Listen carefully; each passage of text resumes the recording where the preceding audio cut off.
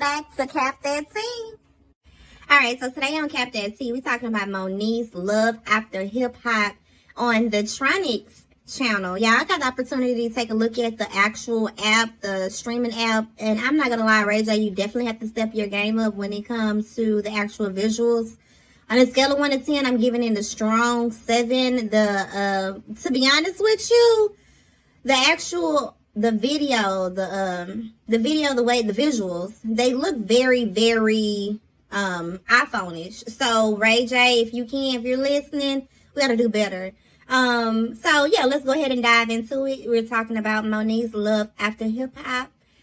Moniece, she actually, it was a decent interview. I actually grew to like her a lot more. I definitely hate how she was portrayed on Love and Hip Hop. If that was, editing, not editing, I liked her more. I feel like she's a lot more relatable in real life. Alright, so Ray J, basically, he asked her a few questions. The overall interview was decent. Ray J asked her, the initial reason why she stopped the show, and Moniece rebutted. She said that she stopped the show because she took music seriously. She also thought that, the show would propel her music career, and it didn't. And she took accountability of her actions and behaviors on the show. So ultimately, the way she acted on the show, it kind of backfired on her. Even though she probably was being authentic, she said that she would have came in and brought a different side of herself to the show, that maybe her brand would be further along, or maybe, she was just ahead of the game. Yeah, so I agree with her with that part. For the most part, Moniece, at 2024, today is different. It's way different. Ray J, he's so silly. I don't understand why people take him serious as an interviewer. He asked her if she could have acted differently. Would that affect anything else or anything? Of course, she said yes. He then brings up Cardi B. He compared Cardi B's career, to Moniece, basically saying that she was successful with a music career, which is true. Why? What's the difference? He wanted to know what's the difference between Moniece and Cardi. And Moniece says that she was always a huge Cardi B fan, and ultimately she thinks that Cardi already had motion prior to joining the cast. Cardi was already a likable person before joining the Love and Hip Hop brand. I personally think joining the hip hop brand, her career would have took off musically with or without Love and Hip Hop. But it just gave her a lot more notoriety. What do you guys think in the comments? Moniece also stated that she thinks the way that the network runs, the way that TV is, she thinks that someone hired Cardi B and wanted Cardi B to, they thought that Cardi B would embarrass herself on Instagram, something on TV, something similar how we have today. You have all of those up and coming social media influencers have a lot of motion, but they wanted to see will it translate to TV. So she thought Moniece says someone hired Cardi and wanted to get her for the views, but it backfired because she actually succeeded past the show's expectations and that person's intentions for her. So ultimately that did not work in the TV's favor because they wasn't able to capitalize as much off Cardi the way that they should have or they could have, because that's the first stop before music.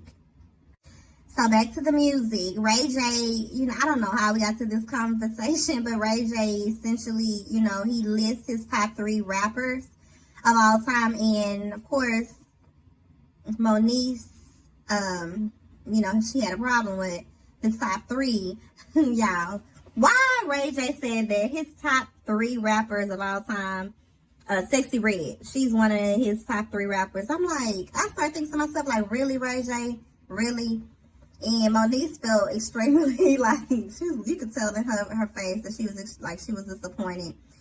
Because, this is a talented person. Not saying that Sexy Red doesn't have talent, but I personally believe that she's more of an entertainer. She's not a rapper. Ray J argued Moniece down, or basically voiced his opinion. The reason why is because she brings ratchet to TV, and she's a perfect integration of all of the ghetto-ness that he promotes. Okay, so the conversation essentially, it got deep towards the end. she basically, you know, responded back to all of the hoopla that was in this, you know, in the news. She said that she didn't have a love life after loving hip hop for a long while, but she eventually met someone and said that turned out crazy. She met a hood guy. She said dating a hood guy, simultaneously she was dating him and her cousin passed away. So, you know, when you have a death in your family and you have a relationship, the first person who you want to call is your boyfriend. She said whenever she called her boyfriend, he didn't even answer the phone, like, at all. Also, she found out something on his background. I'm not sure what it is, but, you know, she gave him a fresh start because every saint has a past, every sinner has a future. All right, so after her cousin passed away, she ended up finding some details out about her ex, and also she found out she was pregnant. So she ended up getting an abortion after she found out she was pregnant. I don't think that she wanted to keep the baby because she was going through a lot of drama. She ultimately found out that her boyfriend was cheating on her, and the girl was following him to her house a lot, and the girl ended up finding out where she stayed. Moniece, she took the guy back again. About her taking him back, she ended up getting pregnant again. And that pregnancy, she ultimately terminated that pregnancy after 4 months. It was a late termination. The reason why, because she got really, really sick. She was in and out of court.